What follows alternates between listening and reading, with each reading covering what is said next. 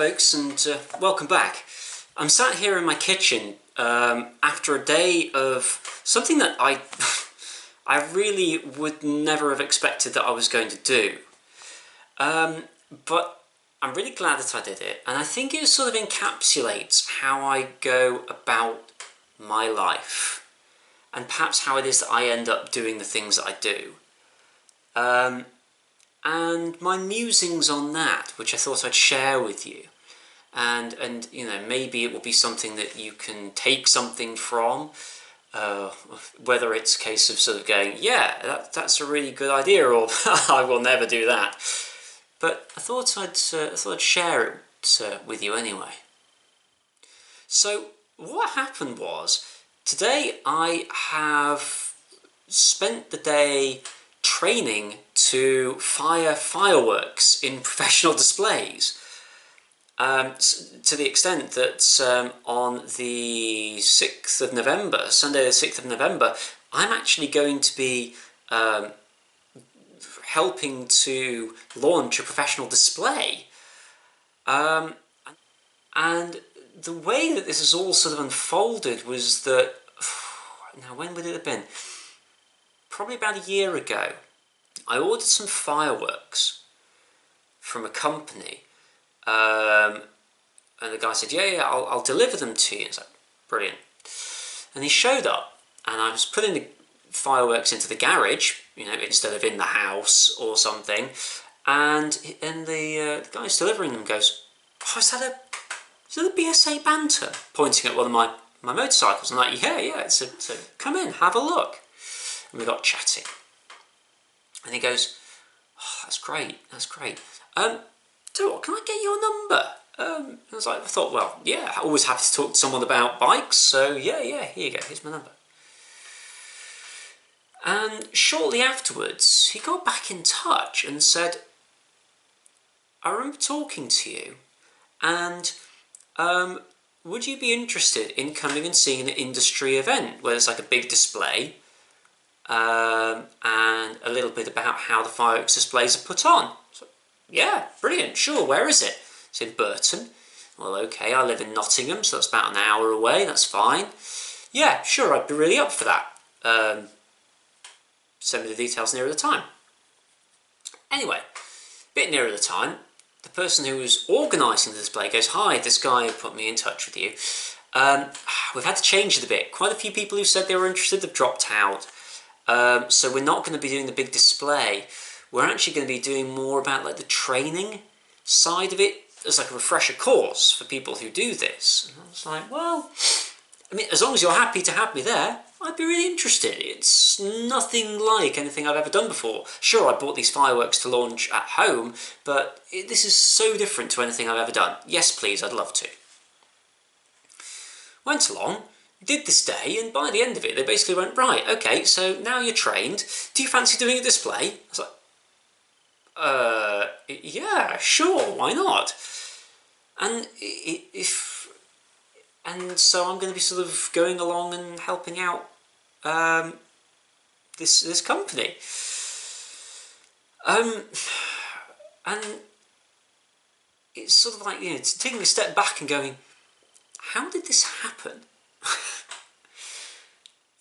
And I guess that the way that this happened, along with so many of the other things that I've ended up doing, can be traced down to really a key bit of my mindset.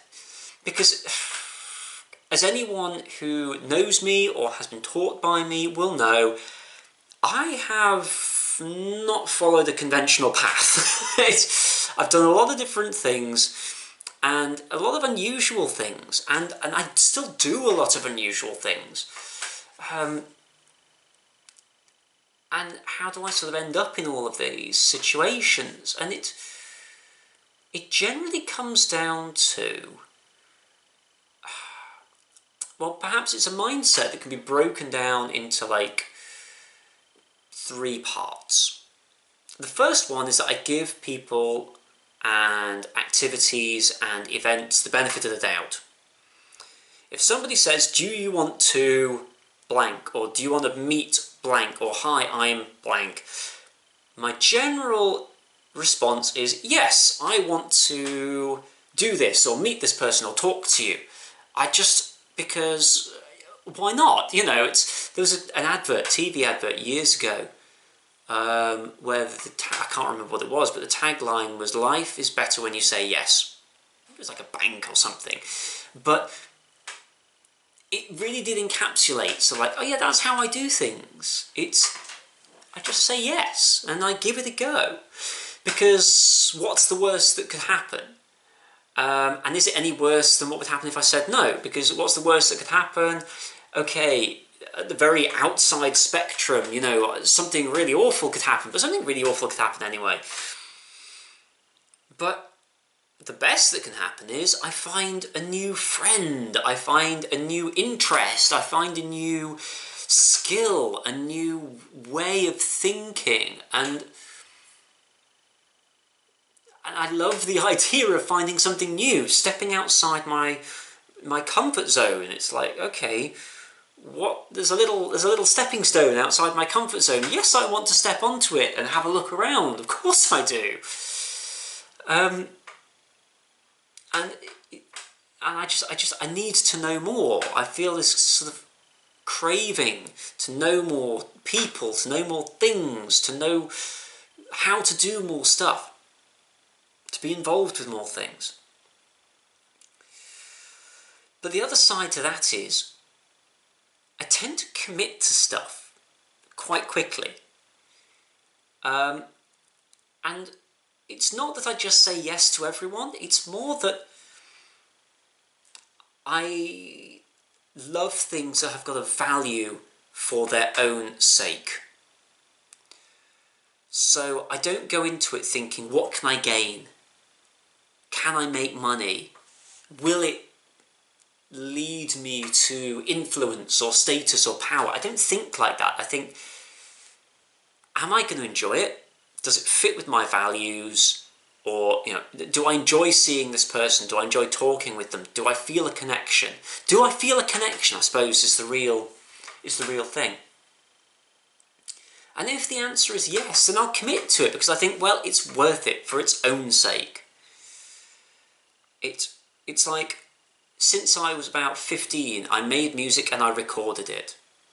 I've sold some albums and I've got some music on Spotify with various bands. But did I do it because I wanted to make a successful career? No. I make music because I write songs and I have a message that I want to get out there, and if 4 people listen to it and none of them enjoy it, so be it, because I got my art out there. It's like with these videos as well, you know, if nobody watches them, well, that would be a shame. I'd hope that some people would, but in the end, does it matter? Not really.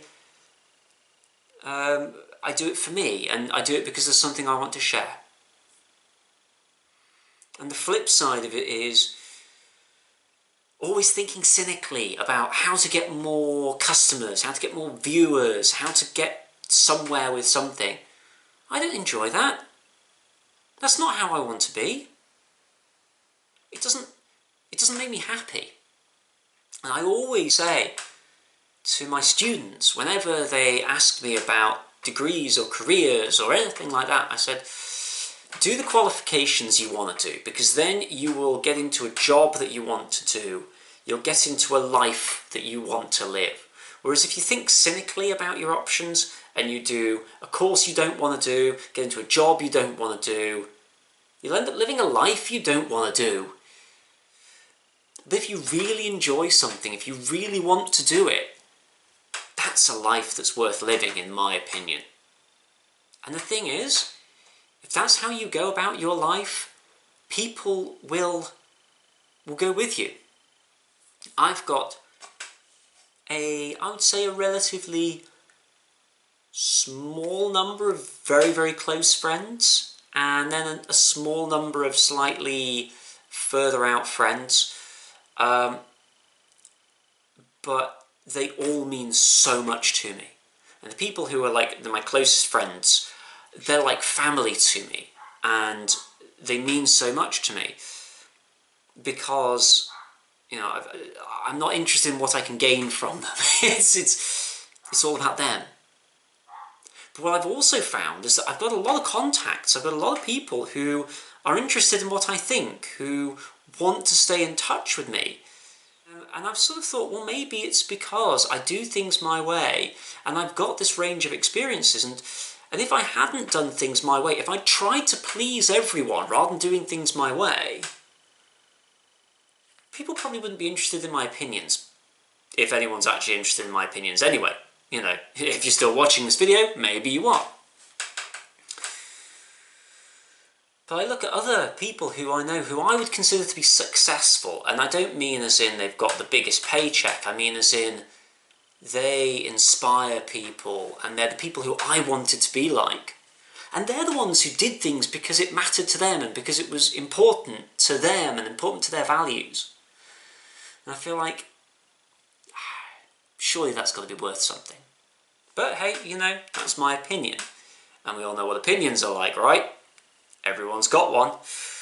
So to kind of draw all this together, to try to bring these, because I realise it's been a little bit, you know, the scope has swung around a little bit in this video, but what I'm really saying is that I will always give the benefit of the doubt. And I'm looking for truth and authenticity. I'm looking for things that truly make me think, yes, this is worth it. Things that are authentic as well. Things that aren't cynical. Anything that's cynical turns me right off. People who try to do things in order to get in with people, or to get the paycheck, or to get promotion. All you're doing is you're sort of constructing an artificial self. Whereas a real self, one that's based on, yeah, I like this, is so much more interesting, and it's so much more rewarding. So I guess the take-home message, whether you want to listen to it or not, the take-home message from this that I would say is, I do things because I believe in them. I do jobs because I believe in them. I make friends because they are people who I truly believe I have a connection with, and I believe in that connection. And I will give people the benefit of the doubt. I will give activities the benefit of the doubt to see whether I can find a connection. And if I can find a connection, I'll hang on to it. And that connection might be, it could be all kinds. There's all kinds of reasons to build a connection, but as long as it's a true connection and not a means to an end, that's how I've gone about my life. Has it made it an easy life? No. Has it made me a wealthy man? No. Has it made me happy? It's doing pretty well so far. Has it made me rich? Spiritually, or in terms of knowledge and all that sort of thing? Definitely. And so I guess I'm not telling anyone how to live their life. It's completely up to you. But I would at least consider. I would consider looking for the authentic. Turning away from the cynical, looking towards the authentic. Looking towards what truly means something to you. Even if no one else can understand it. You don't have to explain yourself to other people. As long as you're not harming anyone else, as long as you're not harming yourself, why not? And, you know, maybe that is something that's worth considering as a way to actually become good at being you. You know, it's a bit like, you know, try out all these identities, try out all these activities, try out all these people, and hang on to the ones that matter. Don't try to find the pattern, make the pattern. Don't try to create a big overall grand picture. Don't try to follow someone else's. Bring your own bits in and make it yourself, and maybe that will work for you. I take no liability for you know, however things go, but that's how I've done things, and I would say maybe it's worth considering that as a way to go. Anyway, those are simply my musings, they are simply my thoughts. If you disagree with me, you are very welcome to. If you don't want to follow my example, hey, I can completely understand that. But I hope it gives you something interesting at least to mull over, and some kind of understanding as to how I go about my life. If you've got any thoughts, questions or comments, of course, you're always welcome to leave them below. Otherwise, thanks for watching and I'll see you next time.